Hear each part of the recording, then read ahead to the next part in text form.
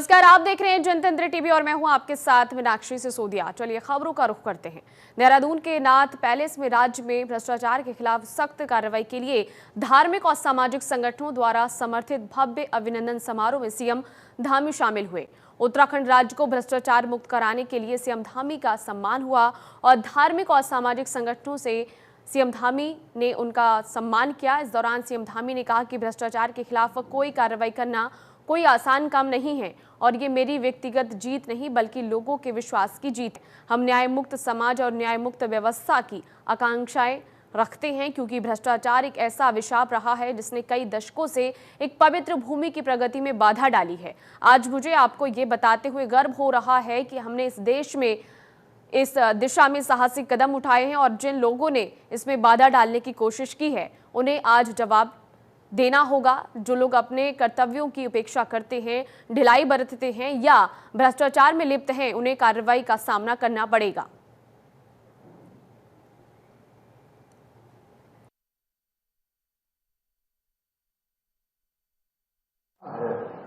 और भ्रष्टाचार मुक्त उत्तराखंड निर्माण के संकल्प से जुड़ा हुआ है। सम्मान भाइयों बहनों, भ्रष्टाचार के खिलाफ कार्रवाई करना, जैसा पूज्य चिदानंद जी महाराज कह रहे थे यहाँ पर, सच में कुंवर साहब ये कोई सामान्य काम नहीं है, ये आसान काम नहीं है। और भ्रष्टाचार के खिलाफ कार्रवाई करना ये मेरे लिए कोई व्यक्तिगत विजय नहीं है बल्कि जनता के विश्वास की जीत है, जीत है। और ये हमारी आने वाली नई पीढ़ी की उम्मीदों की जीत है, उनके सपनों की जीत है, जहां वो मेहनत करके परिश्रम करके आगे बढ़ना चाहते हैं, न्याय मुक्त समाज चाहते हैं, न्याय मुक्त व्यवस्था चाहते हैं। क्योंकि भ्रष्टाचार एक ऐसा अभिशाप है, भ्रष्टाचार एक ऐसा अभिशाप है जिसने इस पवित्र धरती को कई दशकों तक प्रगति करने से बाधित किया है। तो वही उत्तराखंड में आयोजित 38वें राष्ट्रीय खेलों की अभूतपूर्व सफलता के बाद अब राज्य सरकार खेलों को लेकर नई दृष्टि और रणनीति के साथ आगे बढ़ रही है। सीएम धामी ने लेगेसी प्लान पर तेज कार्रवाई के निर्देश दिए हैं। सीएम धामी ने कहा कि 38वें राष्ट्रीय खेल केवल एक आयोजन नहीं थे बल्कि ये उत्तराखंड की खेल यात्रा में ऐतिहासिक मोड़ सिद्ध हुए हैं। पहली बार राज्य ने 100 से अधिक पदक जीतकर पदक तालिका में 7वां स्थान प्राप्त किया और अपने प्रदर्शन से पूरे देश का ध्यान आकर्षित किया। उन्होंने कहा कि खेलों के प्रति सरकार की प्रतिबद्धता और खिलाड़ियों की मेहनत ने मिलकर ये असाधारण उपलब्धि संभव बनाई है। सीएम धामी ने मुख्य सचिव को शीघ्र कार्य योजना तैयार करने और उस पर तेजी से अमल करने के निर्देश दिए हैं। सीएम धामी ने कहा कि खिलाड़ियों को निरंतर प्रशिक्षण और सुविधाएं मिले। राज्य सरकार खेलों को लेकर नई दृष्टि और रणनीति के साथ आगे बढ़ रही है। राज्य के 8 शहरों 23 खेल अकादमियों की स्थापना विकसित की जानी है।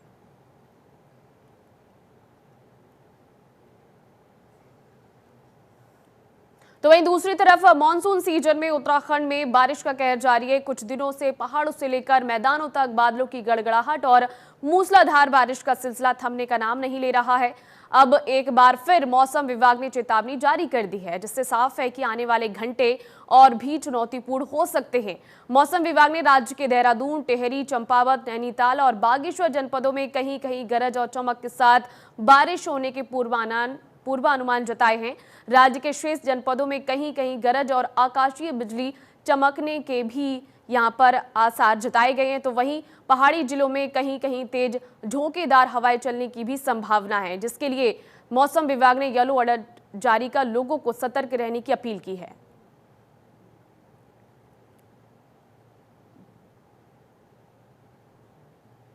तो 5 जिलों में येलो अलर्ट जारी किया गया है। बता दें कि उत्तराखंड में जिनमें देहरादून, टिहरी, नैनीताल, बागेश्वर, चंपावत ये 5 जिले शामिल हैं इस अलर्ट में, जहां पर येलो अलर्ट मौसम विभाग की तरफ से जारी किया गया है। मॉनसून सीजन को लेकर देखिए भारी बारिश का कहर जो है वो लगातार प्रदेश में जारी और इसी को लेकर मौसम विभाग ने 5 जिलों में येलो अलर्ट जारी किया गया है, जिनमें देहरादून, टिहरी, नैनीताल, बागेश्वर, चंपावत ये वो 5 जिले हैं जो इस अलर्ट में शामिल हैं।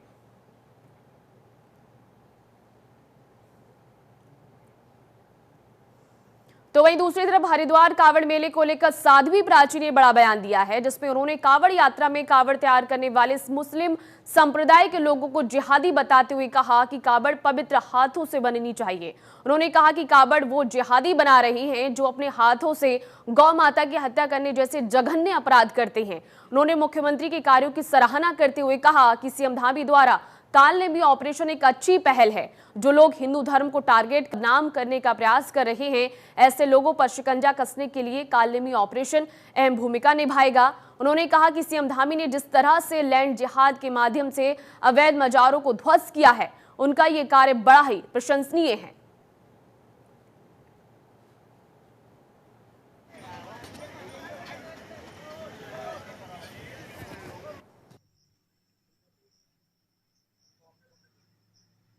देखिए, जो ये कावड़ बनाई जा रही है, कावड़ सावन का महीना बड़ा पवित्र महीना है और कावड़ भी पवित्र हाथों से बननी चाहिए, क्योंकि बाबा भोलेनाथ बहुत भोले भाले हैं। उन पर जल चढ़ाने से वो प्रसन्न हो जाते हैं, बेल पत्र चढ़ाने से प्रसन्न हो जाते हैं। सबसे बड़ी बात है कि आस्था और श्रद्धा, लेकिन उसके साथ पवित्रता भी होनी चाहिए। ये जो कावड़ बना रहे हैं, मैं उत्तराखंड के भारतीय जनता पार्टी की सरकार से निवेदन करूंगी कि ये कावड़ कुछ जिहादी बना रहे हैं, और वो जिहादी जो गोमांस खाते हैं, वो जिहादी जो गौओं की हत्या करते हैं, उन अपवित्र हाथों से ध्यान रखा जाए कि आगे से उनसे कावड़ ना बनवाई जाए। पर एसएसपी हरिद्वार ने सख्त संदेश दिया है। एसएसपी ने कहा है कि कावड़ मेला 2025 में तय मानकों से बड़ा आकार हुआ तो कार्रवाई होगी। हरिद्वार पुलिस ने साफ किया है कि शिव भक्तों का स्वागत है, लेकिन नियमों से कोई समझौता यहां पर नहीं होगा। तो वहीं एसएसपी प्रवीण सिंह डोभाल ने चेतावनी दी है कि ओवरसाइज कावड़ लेकर आए तो वैधानिक कार्रवाई होगी। शांतिपूर्ण और मर्यादित कावड़ यात्रा के लिए हरिद्वार पुलिस अलर्ट मोड पर तैनात है। देखिए, हमारे संज्ञान में ये बात आई थी, जो 12 फीट से ऊपर की कावड़ों को बनाया जा रहा है, असेंबल किया जा रहा है। इस संबंध में अंतर राज्य जो हमारी मीटिंग हुई थी, उसमें इंटरस्टेट बॉर्डर मीटिंग्स में ये बात स्पष्टता तय हुई थी। इसमें उत्तर प्रदेश के साथ साथ हरियाणा और उत्तराखंड के में भी ये बात एक सहमति बनाई गई थी कि 10 फीट से ऊपर की कावड़ों को किसी भी हालत में अलाउ नहीं किया जाएगा। हम लोगों के द्वारा जो डीजे के मालिक हैं, जिनके द्वारा ये असेंबल किया जा रहा था, उनसे ये आग्रह किया गया है कि 10 फीट से ऊपर की कावड़ वो ना बनाएं। उसको काफ़ी हद तक मान भी लिया गया है और उनको रिसाइजिंग किया जा रहा है। रिसाइज के बाद वो कावड़ यात्रा अपना सुचारू रूप से कर सकते हैं।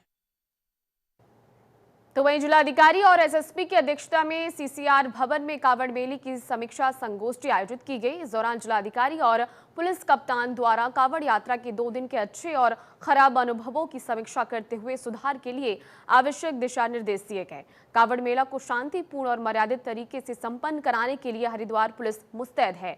एसएसपी ने अपने संदेश में ये स्पष्ट किया कि मानकों के अनुरूप ही शिव भक्त कावड़ लेकर आए, उनका स्वागत है। साथ ही जिन कावड़ियों ने अपनी ओवरसाइज कावड़ बना ली है, वो उसको छोटा करके ही इस पावन कावड़ मेला में सम्मिलित करें, अन्यथा वैधानिक कार्रवाई की जाएगी। इस दौरान कावड़ यात्रा में अच्छी ड्यूटी करने पर 26 पुलिसकर्मियों को सम्मानित करते हुए उन्हें प्रशस्ति पत्र सौंपे गए और साथ ही स्मृति चिन्ह और नगद इनाम भी दिया गया।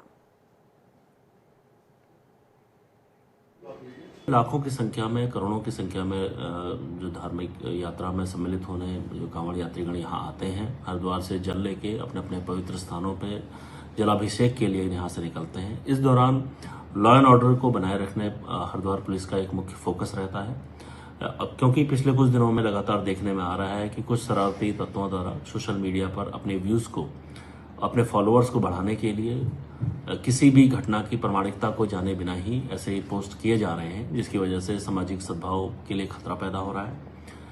साथ में ऐसे तत्वों को मैं स्पष्ट रूप से बताना चाहता हूं कि अगर आपकी किसी भी गलत पोस्ट से अगर कोई हरिद्वार की या आसपास की कोई शांति व्यवस्था पर आँच आती है, तो ऐसे पोस्ट क्रिएटर और उसको शेयर करने वालों के खिलाफ से जो हमारी सख्त वैधानिक कार्रवाई है वो की जाएगी। उस पर जो भी मुकदमा पंजीकृत किया जाएगा, साथ में उसको शेयर करने वालों को भी इसमें सम्मिलित किया जाएगा। तो वहीं हरिद्वार में कांवड़ियों की आमद लगातार बढ़ रही है। जैसे जैसे सावन चढ़ रहा है वैसे वैसे सड़कों पर भीड़ और ट्रैफिक का दबाव भी बढ़ता जा रहा है। इसी को लेकर हरिद्वार पुलिस ने ट्रैफिक रूट डायवर्जन का वीडियो जारी किया है ताकि रास्तों में जाम न लगे और श्रद्धालुओं की यात्रा बिना किसी अड़चन के पूरी हो सके। एसएसपी ने जानकारी देते हुए बताया कि रूट डायवर्जन का ये वीडियो खास तौर पर इसलिए तैयार किया गया है ताकि कांवड़ मेले के दौरान श्रद्धालुओं और आम यात्रियों को रास्ता समझने में परेशानी ना हो। आने जाने वाले वाहनों को किस रास्ते से निकलना है ये सब वीडियो में साफ साफ बताया गया है।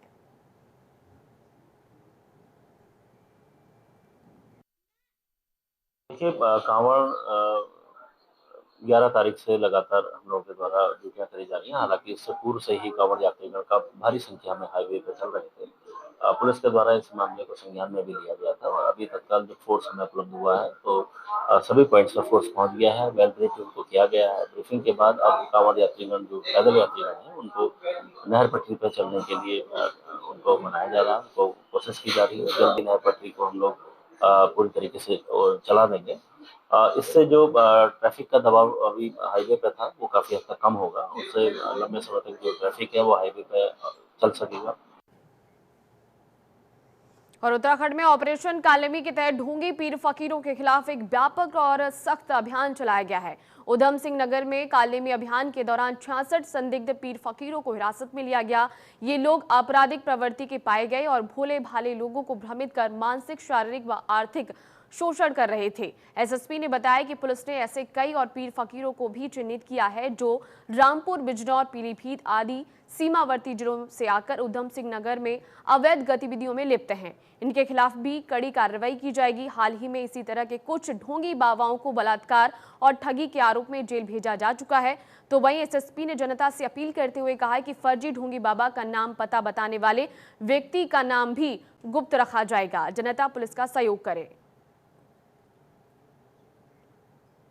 जनपद के विभिन्न थाना क्षेत्र में कई पीर फकीर बाबा बने हुए लोग घूम रहे हैं जो गरीब, असहाय, पीड़ित और दुखी लोगों को अपना शिकार बनाकर उनसे धन, संपत्ति या उनका शारीरिक व मानसिक शोषण कर रहे हैं। माननीय मुख्यमंत्री उत्तराखंड श्री पुष्कर सिंह धामी महोदय ने इस विषय पर हमारा ध्यान पहले भी आकर्षित किया। इसी को ध्यान में रखते हुए उनके द्वारा काल नेमी ऑपरेशन प्रारंभ किया गया, जिसके तहत आज उधम सिंह नगर जनपद में कई ऐसे पीर फकीर को हिरासत में लिया गया है जो आपराधिक प्रवृत्ति के हैं और जो आम जन को भ्रमित कर उनका शोषण करते हैं। और हरिद्वार के बहादुराबाद टोल प्लाजा पर कांवड़ यात्रा के दौरान हंगामे और तोड़फोड़ की घटना सामने आई। बताया जा रहा है कि कांवड़ खंडित हो गई, जिसके बाद कुछ कांवड़ियों ने गुस्से में आकर मार्ग जाम करने की कोशिश की। पुलिस जब मौके पर पहुंची और ट्रैफिक सुचारू करने का प्रयास किया तो कुछ उपद्रवियों ने पथराव शुरू कर दिया। इस पथराव में रोडवेज बस और थाना मोबाइल वाहन के शीशे टूट गए। पुलिस ने हालात पर तत्काल काबू पाते हुए ट्रैफिक दोबारा चालू कराया। घटना के बाद त्वरित कार्रवाई करते हुए पुलिस ने दो आरोपियों को गिरफ्तार किया और उनका वाहन सीज कर दिया। अन्य आरोपियों की पहचान की जा रही है और जल्द ही सभी पर सख्त कानूनी कार्रवाई की जाएगी। पुलिस ने साफ किया है कि कानून व्यवस्था बिगाड़ने वालों को किसी सूरत में बख्शा नहीं जाएगा।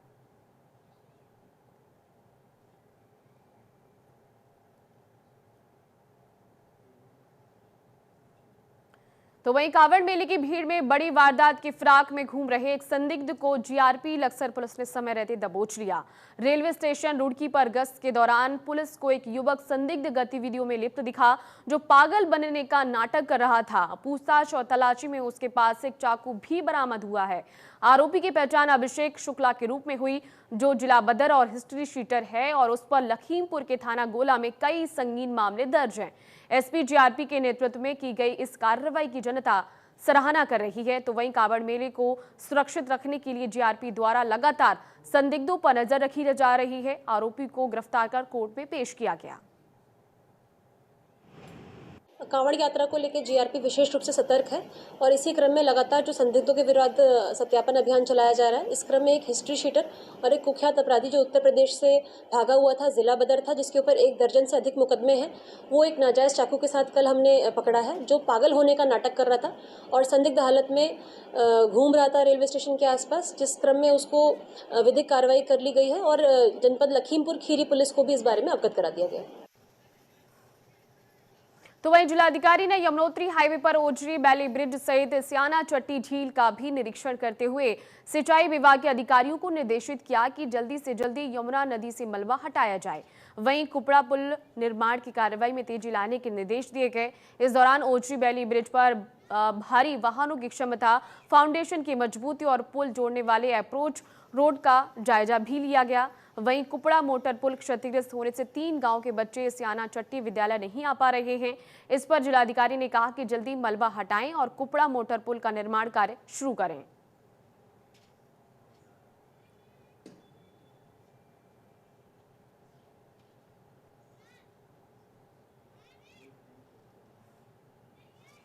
और जिलाधिकारी के निर्देशन में लोक निर्माण विभाग थत्यूड़ द्वारा जौनपुर ब्लॉक के चिफल्डी गदेरे पर ट्रॉली लगाने का कार्य पूर्ण कर लिया गया है। ट्रॉली के लग जाने से चिफल्टी तौलिया काटल के ग्रामीणों को अब आवागमन में काफी सुविधा हो गई है। क्षेत्रीय लोगों ने बहुत कम समय में ट्रॉली लगवाए जाने पर जिला प्रशासन को धन्यवाद ज्ञापित किया। जिलाधिकारी द्वारा क्षेत्रीय लोगों से बरसात की सीजन के चलते सावधानी बरतने की अपेक्षा की गई है।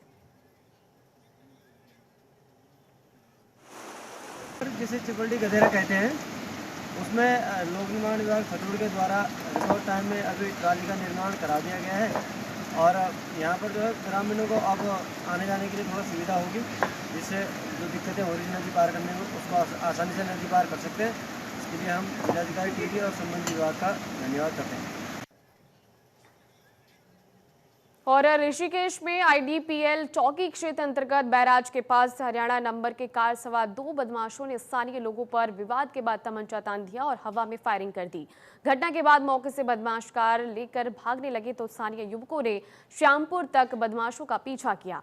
इस दौरान बदमाश सड़क पर कार को छोड़कर मौके से फरार हो गए। स्थानीय युवकों ने पुलिस चौकी में तहरीर दी है और आरोपियों को गिरफ्तार कर उनके खिलाफ कार्रवाई करने की मांग की है। वहीं पुलिस ने मुकदमा दर्ज कर लिया है। पुलिस ने कार को अपने कब्जे में ले लिया है। फिलहाल पता चला है कि आरोपी रुड़की के रहने वाले हैं।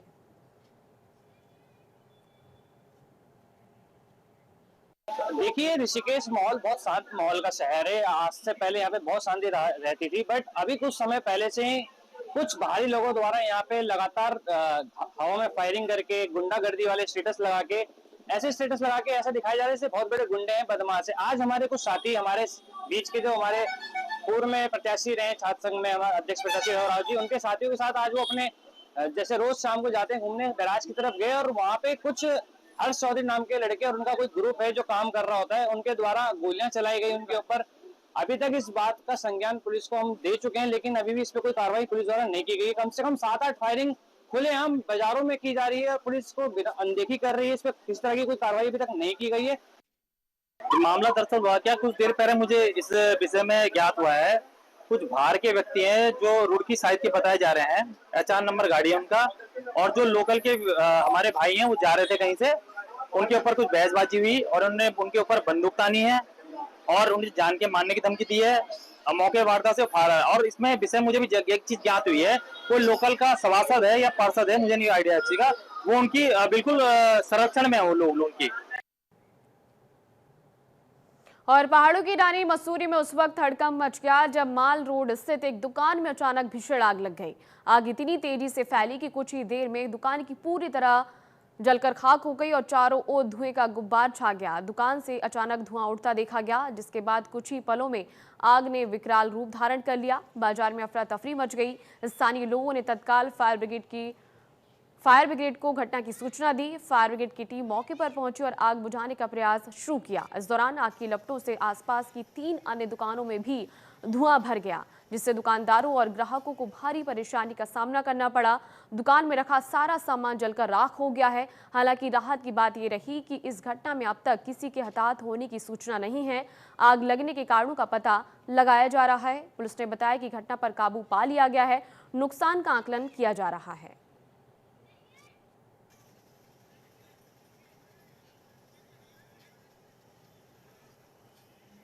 और मेरे साथ उत्तराखंड बुलेटिन में बस इतना ही। बाकी खबरों को देखने के लिए लगातार बने रहिए जनतंत्र टीवी के साथ। नमस्कार।